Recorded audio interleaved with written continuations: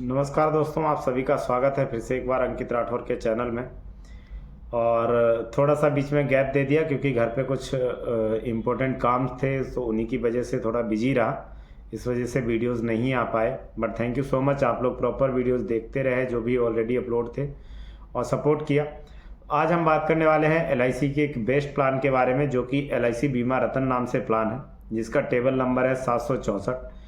और इस प्लान की खूबी ये है कि इसमें सेविंग भी है, इंश्योरेंस भी है और मनी बैक भी है, ठीक है। और गारंटेड एडिशन बेनिफिट है, जो कि गारंटेड आपको जो अमाउंट बेनिफिट होगा वो रिटर्न दिया जाएगा।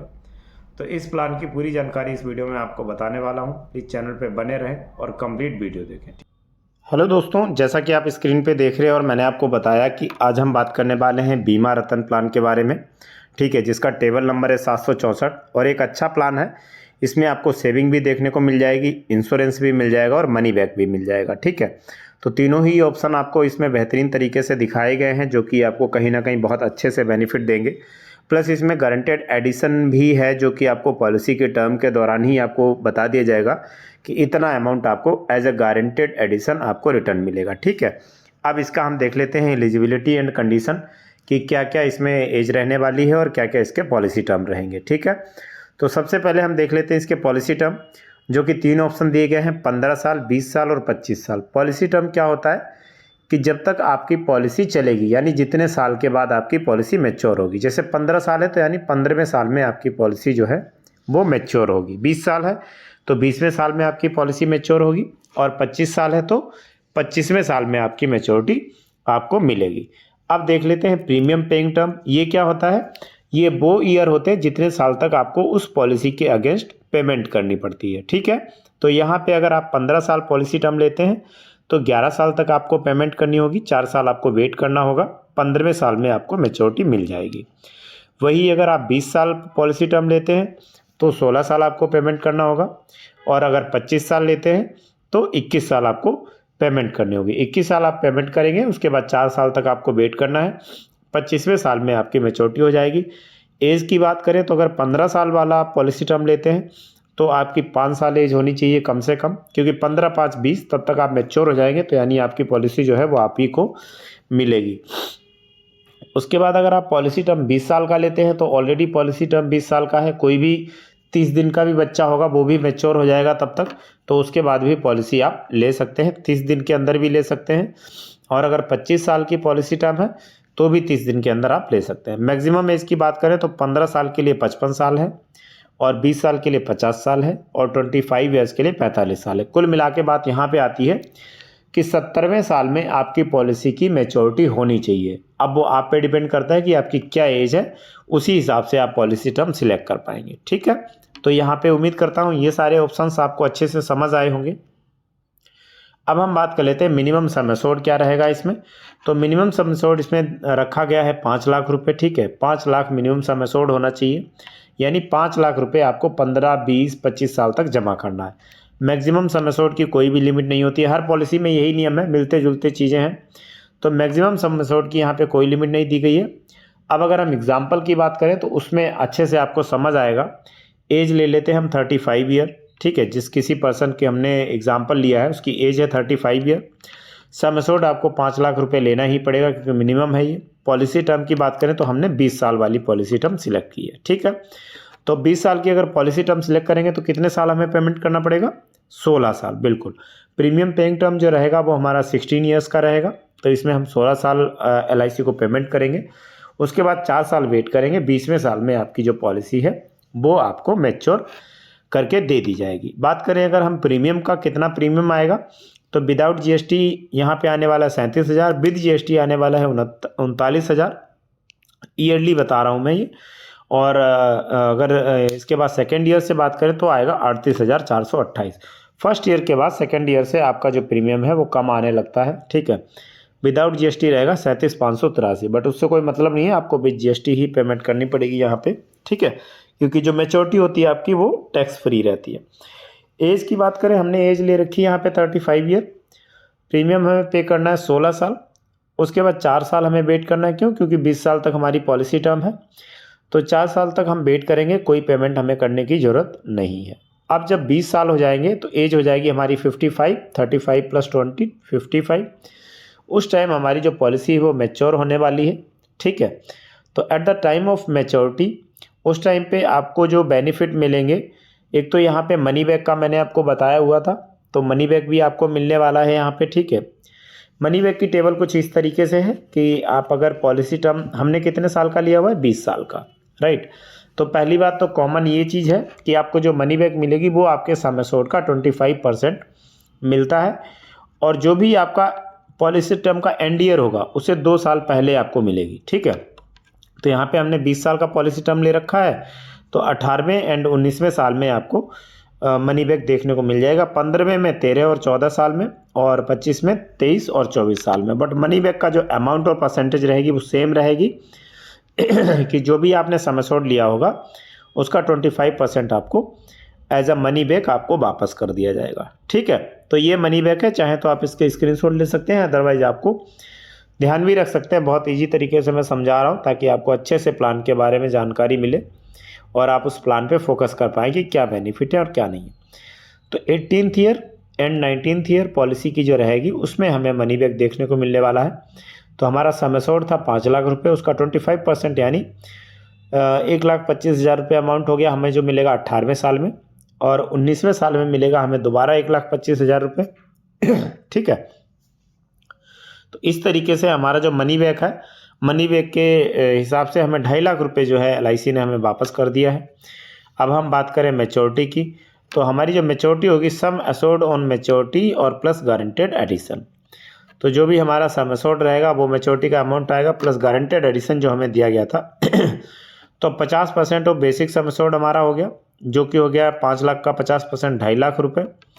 और गारंटेड एडिशन इस तरीके से जोड़ा जाएगा, मैं आपको टेबल के थ्रू बताता हूँ कि गारंटेड एडिशन कैसे कैलकुलेट करेंगे। तो जो पॉलिसी के 1 से 5 साल तक का समय होगा उसमें आपको 50 रुपये पर 1000 पर ईयर ऐड किया जाएगा। अब आप कैलकुलेट कर लेना कि 5 लाख को 1000 से डिवाइड करना और फिर 50 से मल्टीप्लाई कर देना, तो 1 से 5 साल तक में उतना अमाउंट बनेगा। फिर 6 से लेकर 10 साल तक 55 रुपये के हिसाब से रहेगा, 55 रुपये पर 1000 पर ईयर। उसके बाद 11th ईयर से 25 ईयर्स तक 60 रुपये पर 1000 पर ईयर रहेगा 5 साल तक, राइट। तो जो भी टोटल अमाउंट होगा वो होगा एज ए गारंटेड एडिशन, जो कि आपके सम एश्योर्ड अमाउंट के साथ ऐड होगा, फिर आपको वो पैसा वापस दिया जाएगा। अब हम देख लेते हैं कैलकुलेशन ऑफ गारंटेड एडिशन। तो from 1st to 5th policy year, यानी 1 साल से लेके 5 साल तक पॉलिसी ईयर, 5 लाख हमारा टोटल सम एश्योर्ड है, 1000 से हमने डिवाइड कर दिया इंटू 50, क्योंकि 1 से 5 साल तक हमें 50 से मल्टीप्लाई करना है। तो हमारा जो है यहाँ पे 25,000 रुपये अमाउंट हो गया है यहाँ पे।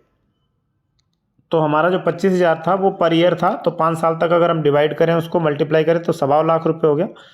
फिर 6 से लेके 10 साल तक अब हमें मिलेगा 55 रुपीज़ के हिसाब से, तो वो हो गया 1,37,500।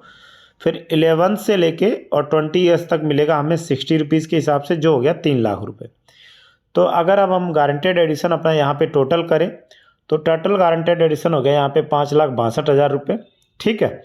और हमारा मैच्योरिटी बेनिफिट आएगा 2.5 लाख और प्लस गारंटेड एडिशन 5,62,000 रुपये, टोटल होगा हमारा 8,12,500 रुपये ये, और 2.5 लाख रुपये जो हमें हमारा मनी बैक मिला था, ठीक है। तो इतना अमाउंट जो है हमें इस पॉलिसी में at the time of maturity मिलेगा। अब हम बात कर लेते हैं इन केस ऑफ डेथ। वो सारी चीज़ें हमने नॉर्मल तरीके से बात की, अब हम बात करते हैं डेथ के केस में क्या बेनिफिट मिलने वाला है। तो अब इसमें मैं बताऊंगा आपको कि इसमें क्या बेनिफिट रहेंगे। Sum assured on death plus guaranteed addition, ठीक है। जो भी आपका सम एश्योर्ड रहेगा वो on the death of time क्या मिलेगा आपको, तो सम एश्योर्ड ऑन डेथ आपको मिलेगा यहाँ पे जो भी आपका सम एश्योर्ड होगा उसका 125% आपको अमाउंट मिलेगा, और यहाँ पे जो हायर रहेगा वो मिलेगा। तो दो कैलकुलेशन है यहाँ पे, 125% ऑफ बेसिक सम एश्योर्ड, दूसरा 7 टाइम्स ऑफ एनुअलाइज्ड प्रीमियम, जो आप प्रीमियम भर रहे हो उसका 7 टाइम्स एनुअल, है ना। तो यहाँ पे अगर हम 125% ऑफ बेसिक सम एश्योर्ड की बात करें तो वो हमारा होगा 6,25,000 रुपये, और अगर 7 टाइम्स की बात करें तो हमारा 37,583 मल्टीप्लाई बाई 7, तो यहाँ पे 2,63,081 रुपये ही होता है। बट यहाँ पे हमें सिलेक्ट करना है जो भी हमारा हाइयर अमाउंट होगा वो हमें लेना है। तो हमारा हाइयर अमाउंट है 125% वाला, 6,25,000 रुपये हमारा यहाँ पे बेसिक सम एश्योर्ड का अब 125% हो जाएगा। प्लस अब यहाँ पे रहेगा गारंटेड एडिशन। गारंटेड एडिशन की हम कैलकुलेशन ऑलरेडी देख चुके हैं। अगर पॉलिसी होल्डर की डेथ 5 साल में हो जाती है तो 1 से लेकर 5 साल वाला कैलकुलेशन हम यहाँ पे अप्लाई करेंगे, ठीक है, जिसका अमाउंट जो होता है वो 1,25,000 रुपये होता है, 50 रुपये पर 1000 पर ईयर के हिसाब से। तो यहाँ पे जो टोटल अमाउंट बनेगा, जो नॉमिनी को अमाउंट दिया जाएगा इन केस ऑफ डेथ में, वो रहेगा 6,25,000 प्लस 7.25 लाख, यानी 7.5 लाख रुपये का अमाउंट जो है वो नॉमिनी को डेथ के केस में दे दिया जाएगा, ठीक है। तो ये यहाँ पे इस केस में बेनिफिट रहने वाले हैं।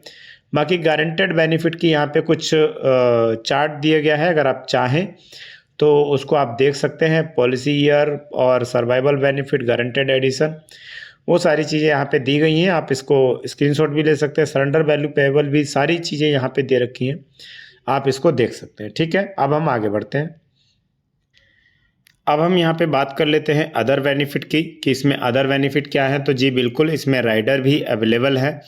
आप चाहें तो इसमें जो एक्स्ट्रा राइडर होते हैं वो अपनी पॉलिसी में ऐड करा सकते हैं, ठीक है। उनसे क्या होगा कि आपकी पॉलिसी में कुछ प्रीमियम बढ़ेगा, मात्र कुछ रुपये, लेकिन उनसे बेनिफिट आपको कई सारे मिलेंगे। जैसे accidental death and disability benefit rider हो गया, ये मैक्सिमम प्लान में ऐड कर दिया जाता है, ADDB राइडर बोलते हैं इसको। एक्सीडेंटल बेनिफिट राइडर होता है, न्यू टर्म एश्योरेंस राइडर होता है, प्रीमियम वेवर बेनिफिट राइडर होता है, ठीक है। इन राइडर के बारे में आपको डिटेल में जानकारी चाहिए तो मुझे कमेंट करें, डेफिनेटली मैं आपके साथ पूरी डिटेल शेयर करूंगा। उसके बाद अगर हम बात करें मोड ऑफ प्रीमियम पेमेंट की, तो इसमें चारों ऑप्शन अवेलेबल हैं, ईयरली, हाफ ईयरली, क्वार्टरली और मंथली। जो भी आप ऑप्शन अपने हिसाब से चूज करना चाहें, अगर आप ईयरली पेमेंट करना चाहते हैं, हाफ ईयरली करना चाहते हैं, मंथली करना चाहते हैं, तो आप सिलेक्ट कर सकते हैं। बस मंथली के केस में आपको ऑटोमेटिक आपके अकाउंट से डिडक्ट होगा अमाउंट, अदरवाइज आप अपनी मर्जी से पेमेंट कर सकते हैं। ग्रेस पीरियड की बात करें तो ग्रेस पीरियड जो है वो सही बताएं तो इसलिए होता है कि आपकी अगर पॉलिसी की पेमेंट ड्यू डेट 10 तारीख है, बाई चांस आपके पास पैसे नहीं है तो उसके 1 महीने के अंदर तक आप उसकी पेमेंट कर सकते हैं। कोई भी आपको लेट फीस चार्ज नहीं देनी पड़ेगी। लेकिन ये सिर्फ और सिर्फ हाफ ईयरली, क्वार्टरली और ईयरली के लिए है। मंथली की अगर हम बात करें तो उसमें 15 दिन का ही ग्रेस पीरियड आपको दिया जाता है, वो भी नहीं हो पाएगा। क्यों? क्योंकि ऑटोमेटिक पेमेंट डिडक्ट होगी तो आपको उसी दिन सेम डे आपको पेमेंट अपने अकाउंट में रखनी पड़ेगी। रिवाइवल पीरियड की बात करें तो विद इन 5 ईयर्स में आप रिवाइवल कर सकते हैं अपनी पॉलिसी। रिवाइवल क्या होता है कि किसी रीजन से आपने 1 साल 2 साल अगर पॉलिसी को नहीं चला पाया है तो उसमें क्या कहता है करना पड़ता है आपको, वो सारा अमाउंट भर के और अपने एजेंट के थ्रू आप अपनी पॉलिसी को दोबारा कंटिन्यू कर सकते हैं विद इन 5 ईयर्स, राइट।